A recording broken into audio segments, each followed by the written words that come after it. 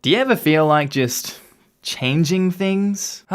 Much better. G'day there guys, it's your main man, beardless Markee, and welcome back to another episode of r/AmITheA. Now if you love today's bloody good content, I want you to sit back, relax, chuck a prawn at the barbie, and get ready for some good stories. Let's go. Am I the asshole for telling my sister that being a gemologist doesn't make her a woman of STEM? I feel bad about this, but at the same time, grading diamonds doesn't shape up when our family includes doctors, investors, professors, and a former NASA employee. My sister Queenie and I come from a STEM-heavy family. Almost everybody went into the sciences. Name any branch and I can direct you to the parent, sibling, aunt, uncle, cousin, or grandparent who was involved in that field. Except Queenie. I hate to say this because she's intelligent, brilliant, and creative in so many ways, but she struggled with science and math in school. She's brilliant at art and English, so our parents encouraged her to go for an arts degree where she would thrive instead of a science degree, where she would have floundered. And she graduated with honors. We just didn't realize that getting a job with an English degree would be hard. We were still proud of her when she got a job in the jewelry industry. But I think she always struggled with being the black sheep of our family and being the only one without a career in science. Especially last year, or whenever everybody was talking about what their work was doing at Thanksgiving. Well, in the last year, Queenie enrolled in some courses and became a certified gemologist. I'm really proud of her for this. Her self-esteem has really improved since she got certified. And here's the part where maybe I should have kept my big fat mouth shut. We were having dinner at our folks' place together the other night. Queenie and I were on the porch with beer and just shooting the crap. She was gushing about her new work as a gemologist when she brought up how accomplished she feels and is comparable to everybody else in the family now as a woman in STEM. I respectfully disagreed with her on the woman of STEM part because gemology isn't really a science. Queenie's job now includes conducting quality control in her company's diamond stock, in addition to selling the finished pieces. Her certification wasn't as involved or as intense as what most of us went through, which included years of graduate school on top of internships and research expeditions. There's not much of a science on determining if a diamond is good enough to place in a brooch.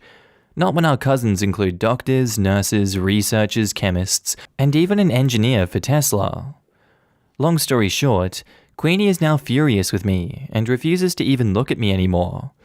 My parents are also pissed at me, though most of the family does think that gemology isn't a true scientific field. Her job is selling finished, finely cut, overpriced minerals to a clientele that believe in the De Beers lie. To me, gemology isn't really a legit scientific field. It's more akin to analyzing properties in crystals and gemstones to determine if it can be sold for thousands of dollars. It's like our crazy astrologer aunt who sells natal charts as a side hustle. Am I the asshole? And edit, can someone please explain how gemology is science? I just can't comprehend.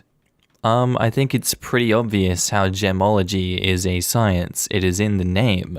I don't think you need to go much further than that, just because you don't recognize it as a science because of what, I don't know, everyone else in your family doing a science that you deem as upper class or better than gemology. Again, it doesn't stop gemology being a science, therefore she is in the STEM discipline. So what you're saying is coming out of ignorance. You should apologize for what you've said. I don't get how you're blind to the fact that you're an asshole in this situation. So yeah, you're the asshole. Now in the comments, NarrowMap4950 says, "You're the asshole, such an asshole." Gemology is a branch of geology. Geology is a science. Science is a STEM discipline. You went out of your way to remind your sister that she's an outsider and you think her job is fake science. You know full well how left out she felt and how proud she is of her job and accomplishments and deliberately made her feel like crap. Gotta keep her in her place under your heel, right? It's not just the fake science that annoys me about this. It's the retail is beneath me attitude. There but for the grace of God. When my sister started down the road of being a gemologist, she worked a retail job, albeit a fancy one. However, she is now considered an expert in the field and is consulted by a variety of people on the basis and is paid way more than any of the other professionals in the family. To conclude that gemology equals working the till in a jewelry store is just plain wrong. Pretty much everyone in the family supported her though. Gems are cool. And Roth replies to that, also, we had no idea how hard it would be to get a job with an English degree, as if biology degree holders aren't out here working as cashiers at Dollar General. The idea that STEM equals automatic good job is absurd. Engineering and maybe technology, but science and math have to hustle. Goes to show that all the education and fancy degrees in the world can't polish a turd into a diamond of a human being or even teach them basic manners. You're the asshole. Presumably, once the turd is sufficiently polished, you would need a gemologist to see if it was a diamond or not. As my boyfriend often says, you can't polish a turd, but you can spray paint it gold. And Luxury Divine says, you're the asshole. Quote, I respectfully disagreed with her on the woman of STEM part, because gemology isn't really a science. To me, gemology isn't really a legit scientific field. You cannot respectfully disagree here, and you shouldn't have tried to correct her about her own job, which you clearly know nothing about. That is extremely disrespectful. Gemology is a science. You don't get to decide that it isn't just because you feel like it. Here's some quotes. Gemology is the science of studying, cutting, and valuing precious stones, but the essence of gemology is in identifying the gemstones. Gemology is the science of dealing with natural and artificial gemstone materials. Gemology is a branch of science that deals with the study of gemstones. I mean, honestly, the goal you had to try to correct your sister, who literally does this as her career, just because of a false assumption that could have been corrected with a quick Google search? You should apologize to your sister and admit to your family as a whole that you were wrong without making any excuses.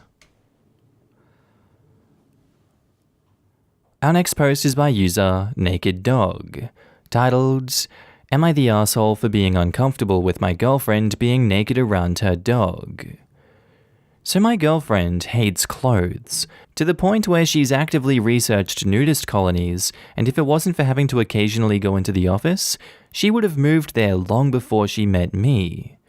So, she's always naked around the house, which for me, it's hella nice. She's got a rockin' bod. The issue is her 2-year-old dog. The dog is super cute and fluffy. It's a Great Pyrenees, is very well trained, 10 out of 10 is a good girl. My girlfriend was there when her friend brought the heavily pregnant mum home from the pound, was there at the birth, and fell in love immediately. She sees that dog as the closest thing she'll ever have to a kid due to medical issues. However, my girlfriend is always naked at home, playing with the dog, naked, cuddling on the couch, naked. She keeps a slip dress by the door for walks, but otherwise naked. And it's weird, right? I tried to be subtle, but finally the other day I sat down with her and pointed out that yes, she's trained the dog to not sniff human butts, but it's still like something out of an illegal adult movie for her to be naked with an animal all the time. Wow, she got pissed, and she asked me to leave. I tried to talk sense into her, but she wasn't listening to it. I finally left her house, and once I got back to my apartment, I tried texting one of her friends, but she blew up at me saying I was an ass. My girlfriend is now radio silence. Am I the asshole? Edit, wow. I stepped away to make and eat dinner, and this blew up. I wasn't expecting this many things. To answer questions, no, I'm not a troll, and I'm not jealous of a literal female dog. I know my girlfriend isn't doing anything, but it's still weird. I do see being naked as sexual, since the only times I'm fully naked are when I'm showering or, well, having sex. I respect that my girlfriend doesn't feel the same way, but I'll get up to use the bathroom or something and come back to the dog in my spot on the couch, asleep with her head on my girlfriend's naked thigh. That's just so weird, how is it not? Now in the comments, Move Wait says, You're the asshole. You basically just accused your girlfriend of having sex with her dog. How are you not in the wrong here? This dude should stop watching porn if that's the first thing that comes to his mind. Freaking disgusting. Plus, he says he sees being naked as sexual because he's only naked when he's showering or having sex. So, by his own logic, is he screw in the shower? Directions confusing. Dick now stuck in the drain. Quote, I tried to talk sense into her. You are lacking the prerequisite for this. You're the asshole. The I tried to talk sense into her? OP, it sounds like what you meant to say was, I tried to make you wear clothes in the comfort of your own home because I have fragile feelings about your dog seeing you naked. You're the asshole. The target for common sense getting into someone should actually be you. The only reason I could possibly see for dissuading someone from nudity in their own home is in cases of emergency that require immediate evacuation. But sounds like she's got that covered with keeping something close to the door. And US Justice Department says, you're the asshole. 1. You made a very strange comment implying some sort of bestial or inappropriate relationship with a dog. Just sit with that for a bit. 2. You doubled down instead of apologizing. She didn't need it explained to her. She's not dumb. She disagrees with your opinion. And 3, she kicked you out. You, instead of accepting she didn't want to talk to you, messaged a friend to try to get access to her. Creepy, dude. That's creepy. Yes, you're the asshole. Our next post is by user Loki's Spirit Guide, titled, Am I the asshole for taking a better job at the same time my coworker is leaving for maternity leave? Now, I didn't go seeking a new job, but one found me.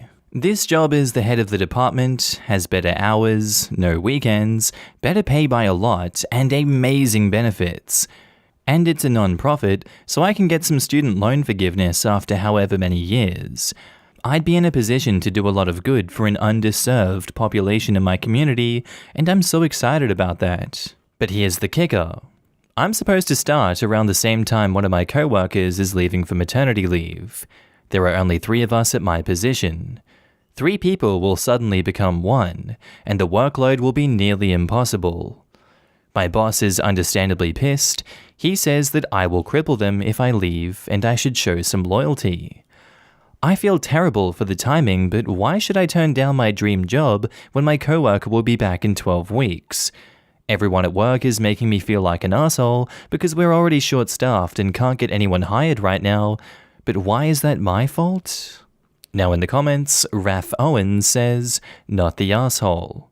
Your employer would fire you in a heartbeat if it was profitable for them. Never have any loyalty to an employer. Go get that dream job. This so much. Your job has no loyalty to you as a person. Don't feel like you owe loyalty to a company. This needs to be repeated again and again. No matter how loyal an employee you are to a company, they will never be that loyal back to you. Don't give up on your dreams for a job that will replace you as soon as you walk out. There are some very rare exceptions, but anybody in that kind of company probably isn't looking for a new job. To be honest, there isn't. My dad was a man you would probably class as an exception. When he was forced to retire by his original company, the company he was building software systems from headhunted him to go work directly for them. They were good to him. He was loved there. He had a skill set that is very rare and hard to replace in my country. They were legitimately sad when he died. They were not a bad company. They were also harassing me to see if I could find his last work and advertising for a new position within a week of him dying. Their company needs marched on even though he was gone.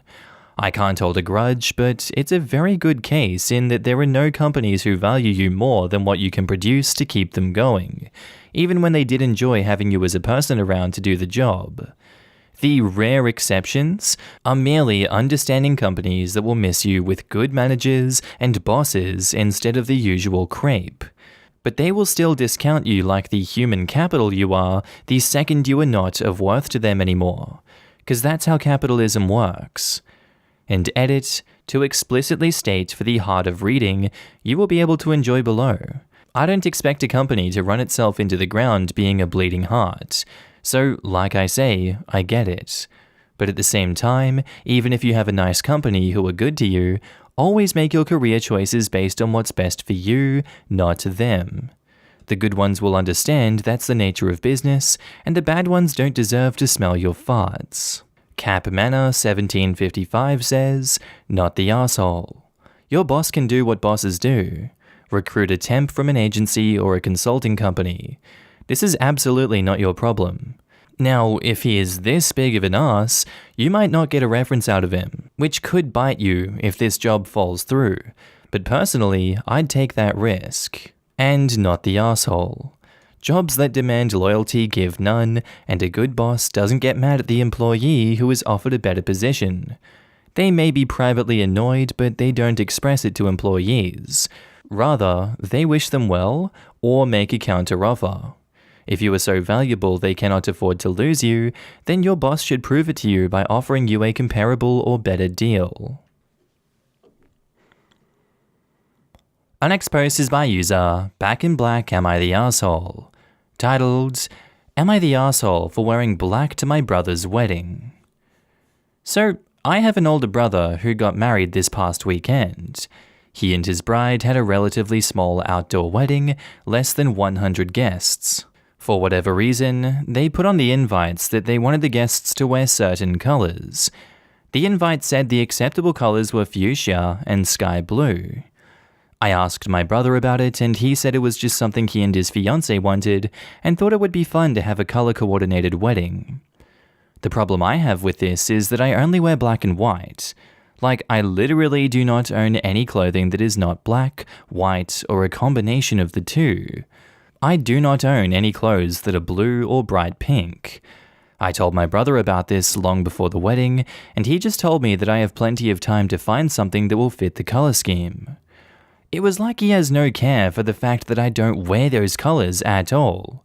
I complained about it to my parents, and my mum offered to take me shopping to find something to wear, and she told me it was just one day, and that wearing something a different color for a few hours is not going to kill me.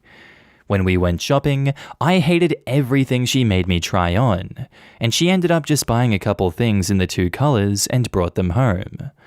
The morning of the wedding, I refused to put either thing on. I had brought my favorite black dress that was more than nice enough for any wedding, and I decided to wear that instead. Both my mum and dad told me to put on something else, but I refused, and eventually my parents just dropped it and told me they didn't want to fight about it anymore. We arrived at the venue early for pictures, and my mum ran off right away to find my brother. I assumed to warn him that I didn't adhere to his color scheme. So when we were doing family pictures, my brother made a point to tell me that I would not be involved in any of the larger group shots with the wedding party and the rest of our family. He told me that he's fine with me being in pictures with just our family, but that I would stand out too much in all of the other group shots because I was literally the only person who didn't wear their preferred colors. I knew this was probably his bride making the decision, and I called my brother out on it. He told me it was his wedding day and he wasn't going to fight with me about it, and that this was just the way it is. He told me he was disappointed that I couldn't do one little thing for him on his wedding day, and I told him he was an asshole for making people dress a certain way, even if they don't want to. I got a lot of weird looks from people during the ceremony and reception, and my brother and his wife pretty much avoided me completely the entire time. Even my parents kept their distance from me. I really don't think I did anything wrong because my brother's request was stupid from the beginning. In my personal opinion, you're just acting like a child in this situation, OP, and because of that, you're being treated like a child. I don't know what else you were expecting. If you weren't going to respect your brother, why should he respect you? That's just common sense, isn't it? You had plenty of times to right this wrong, yet you actively chose not to, so my judgment is you're the asshole. Now in the comments, Nevertheless, I Dissent says, you're the asshole. You threw a tantrum because you couldn't wear your favorite color. You drew attention to yourself because of your actions. And the mum actually bought them things in both colors. OP bought her black dress anyway and then refused to wear anything else. OP, I get having a preferred color. Almost all of my dress pants are black and I have a lot of black and white tops. But I really think you could have worn the colors they asked. Maybe it was a little precious, but not completely outrageous. You're the asshole. It's so funny to me how OP is like, they want us to wear a certain color? How silly. Then I only wear certain colors. Like, shouldn't OP 100% be able to empathize? The petty part of me sincerely hopes if OP ever throws a full goth wedding, the brother and his wife show up blue and pink in a sea of black. You're the asshole. You are 100% the asshole. It's a slightly ridiculous request, but it was a very clear one. You literally were the only person in both close families who didn't wear the preferred color. It's also pretty rude to wear all black to a wedding. You could have worn a blue scarf, but you weren't even willing to do that much. In my family, you'd have been kicked out of the wedding. Black is for funerals. Wearing all black to someone's wedding is wishing the marriage death. You are mourning someone's future. It is so tacky and tasteless. Black suits? Sure, that's fine. All black suit, tie, and dress shirt? Here's a different colored tie. All black dress? That's it. Change or we kick you out. That depends on the culture, obviously, but wearing a little black dress to a wedding is generally considered acceptable in the US. It's pretty much a default outfit if cocktail attire is requested for the dress code. Although I understand your point, in this particular instance, an LBD was not appropriate attire. Everyone else attending the wedding understood this. OP understood this, but couldn't be bothered to make an effort for her brother. OP, you're the asshole. And Esther in Time says, you're the asshole, it's a dress. Wearing pink for a few hours isn't going to melt your skin off. You knew that it was a simple request and you still dug in your heels and decided to be a brat because you apparently think the whole world revolves around you. It would be embarrassing enough for you to act like that at 16, but you're pulling this crap as a legal adult? Effing yikes. Anyway guys, I think that's where I'm going to end today's video. If you did like it, tell me what you thought about it down in the comments below, and make sure to just interact with everyone in this community. I love each and every one of you that I get to see on a daily basis. And don't forget, if you are a Patreon subscriber, I love you. You're on the screen right now with the YouTube members as well. If you see yourself, give yourself a pat in the back. You guys help me continue this YouTube journey. You keep me going. I see you guys everywhere. I see your messages, and thank you so much for supporting me. I really love every single one of you. But with that all said, I'm going to be signing off now, guys. I hope you have a good day, night, sleep, whatever you're up to, and I'll see you in the next episode. Bye.